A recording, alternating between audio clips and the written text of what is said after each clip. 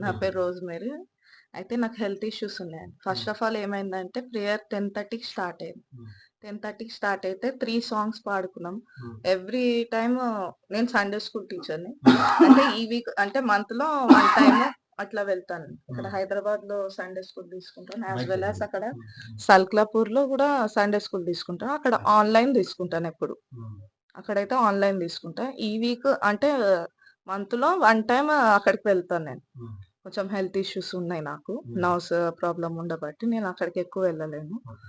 అయితే ఆ రోజు ఎందుకు ఫిట్స్ ఓకే. ఉన్నాయి, హ్మ్. స్పాండిలిటీస్ ఉన్నాయి. హ్మ్. Back cervical spine, lumbar spine అన్నీ ప్రాబ్లమ్ ఉన్నాయి. హ్మ్. కానీ దేవుడి కృప బట్టి నేను ఈ దినం బతికి ఉన్నానంటే పెద్ద మేజర్ యాక్సిడెంటే అయింది నాకు 2019లో. హ్మ్. నా సాక్ష్యం చాలా గొప్పది చెప్పాలంటే. హ్మ్. ఆ దినం నేను బతికి ఉన్నానంటే కేవలం దేవుని కృప. ఆ రోజు నేను చనిపోతాననుకున్నా గానీ, అయ్యా! నీ సాక్షిగా నేను బతుకుతాను. నీ హ్మ్. సేవ చేసుకుంటాను ప్రభువా!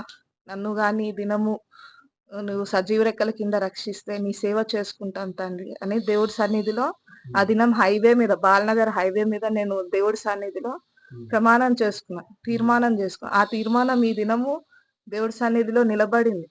హ్మ్. నేను దేవుడి కోసం ఏమైందంటే 10:30కి స్టార్ట్ అయింది. 3 సాంగ్స్ పాడుకున్నాం. వర్షిప్ జరుగుతుంది. హ్మ్. వర్షిప్ చాలా బాగా జరిగింది. గొప్ప దేవుడు, ఆయన గొప్ప దేవుడు.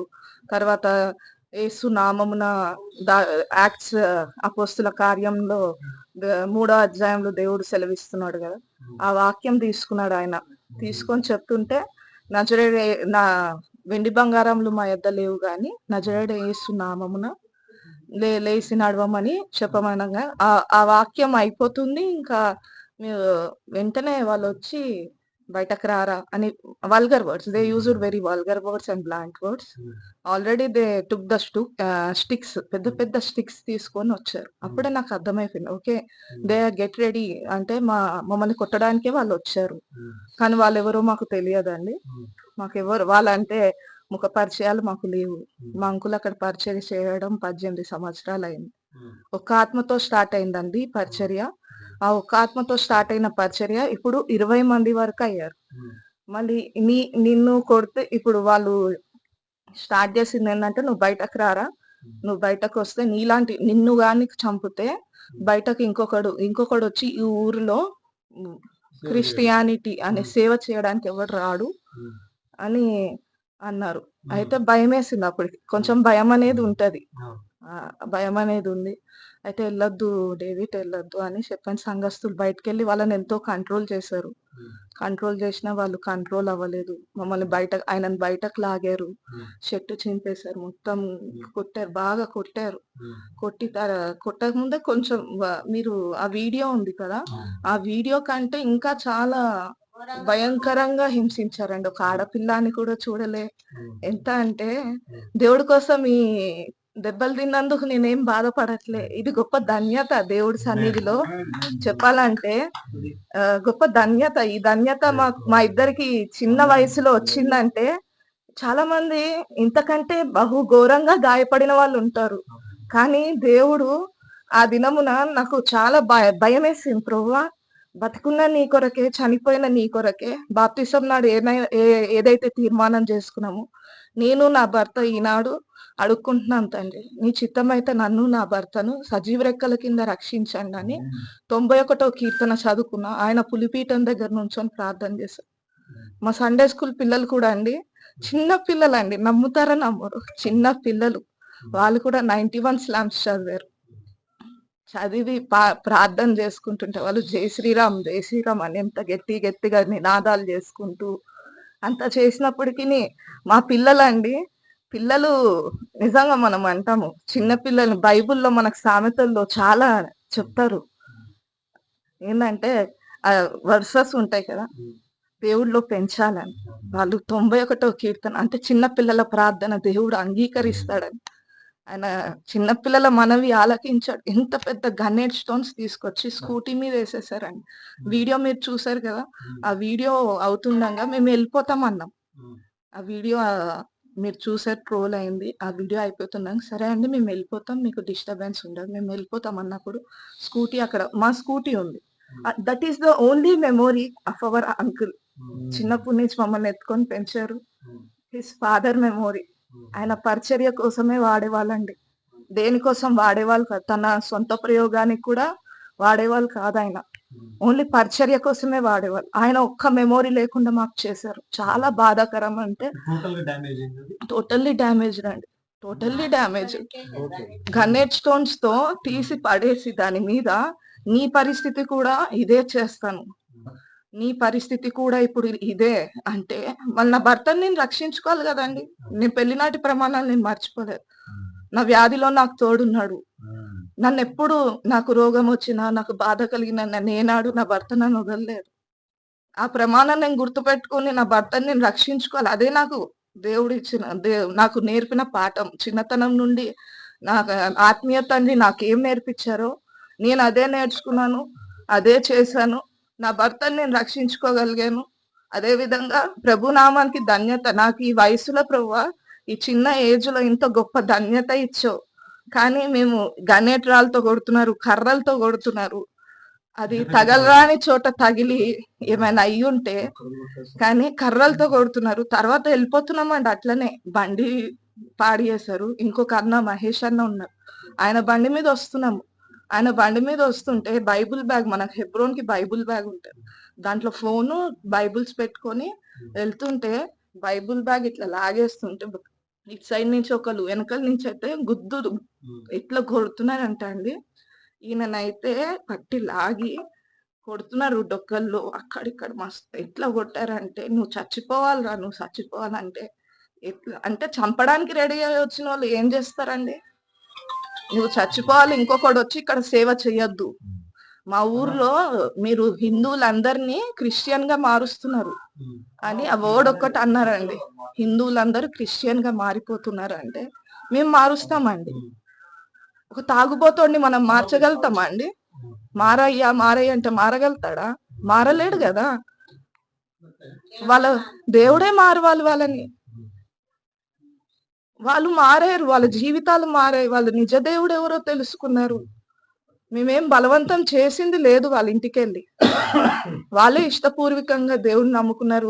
వాళ్ళు మాట్లాడారు, మీరు చూసారు. మహేష్ అన్నోళ్ళ కుటుంబం. ఇంకా 3 కుటుంబాలు మా కోసము ఎంత గట్టిగా నిలబడ్డాయంటే వేరే సంఘస్థులైతే పారిపోతారు. ఆ ప్లేస్‌లో మమ్మల్ని కొడుతుంటే వెళ్ళిపోతారు గానీ, వాళ్ళు మా కోసం నుంచున్నారండి 3 కుటుంబాలు.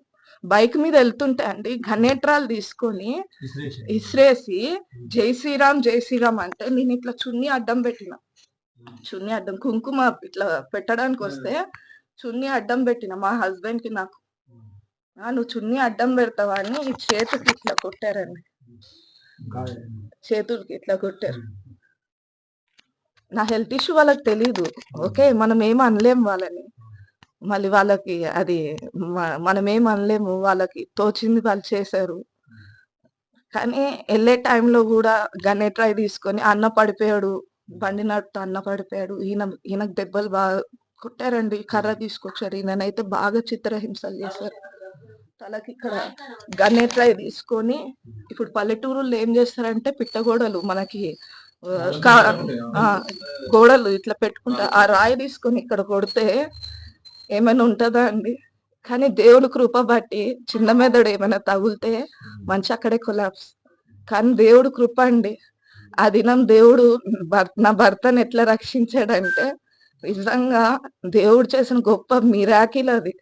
ఆయన మిరాకిల్ చేయకపోయి ఉంటే మా జీవితంలో ఈరోజు నేను నా భర్త ఉండేవాళ్ళం కాదు. అది ఆయన చేసిన కృప, ఆయన చూపిన ప్రేమ, ఆయన దయ, ఆయన కృప. భయపడకుము, జడియకుము, దిగులు పడకుము.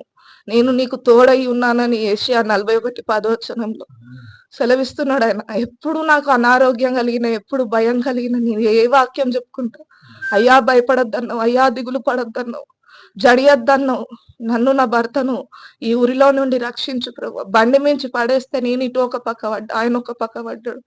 కుంకుమలేస్తున్నారు, అన్ని చేస్తున్నారు. అంటారా అంటే మేము అనము. ఒకటే డెసిషన్, వి వోంట్ టెల్. మేము అనమండి. మేము అనము.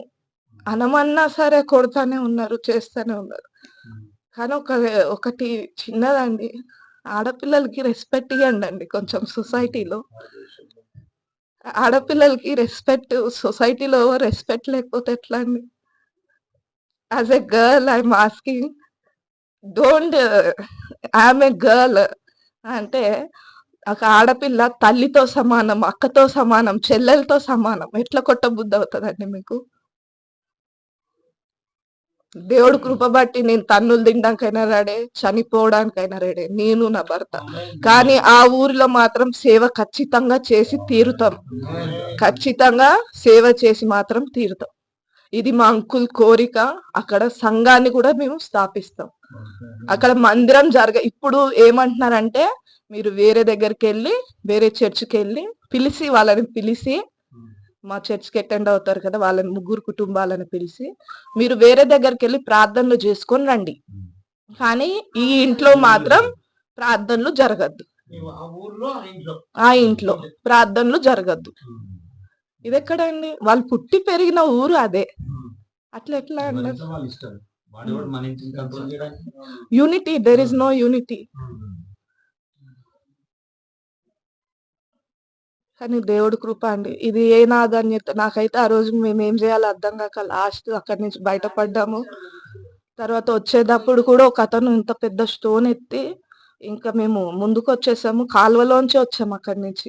ఆన్ ద వే నుంచి రాలే, కాలువలోంచి వస్తుంటే ఇంత పెద్ద గన్నెట్రాయి తీసుకొని నేను ఎత్తి కొడదాం అనుకున్నారు, కానీ ఎవరో ఒక ముసలాయన, దేవుడు పంపించాడేమో ఆయనను. దేవుడు ఆయనను పంపించాడేమో. ఎంత పెద్ద రాయండి. చేసేస్తే మా తల పడలేదు. ఆయన వచ్చి ఇట్లా ఇట్లా రాయిని ఇట్లా అన్నాడు, పక్కకు పడింది. ఆయన దూతలకు ఆజ్ఞాపిస్తాడు. ఆయన ఆ విధంగా ఇట్లా రక్షించాడు. ఆయన బట్టి ఆయన మాతో పని చేయించుకోవాలని ఆయనకి ఇష్టం ఉంది కాబట్టి ప్రభు మనల్ని సజీవ లెక్కల్లో ఉంచాడు. మరి ఎంతవరకు నడిపించినా మేము కూడా నమ్మకంగా ఆయన కొరకు ఎంత దూరమైనా, ఆయన కొరకు ఎంత ప్రయాసమైనా ఆయన కొరకు జీవించాలని మేము కూడా సిద్ధపడ్డాం. మీ ప్రార్థన సహకారం, సంఘస్థల సహకారం మాకు ఎంత అవసరం. ప్రార్థన మటుకు మా కొరకు చేయాలని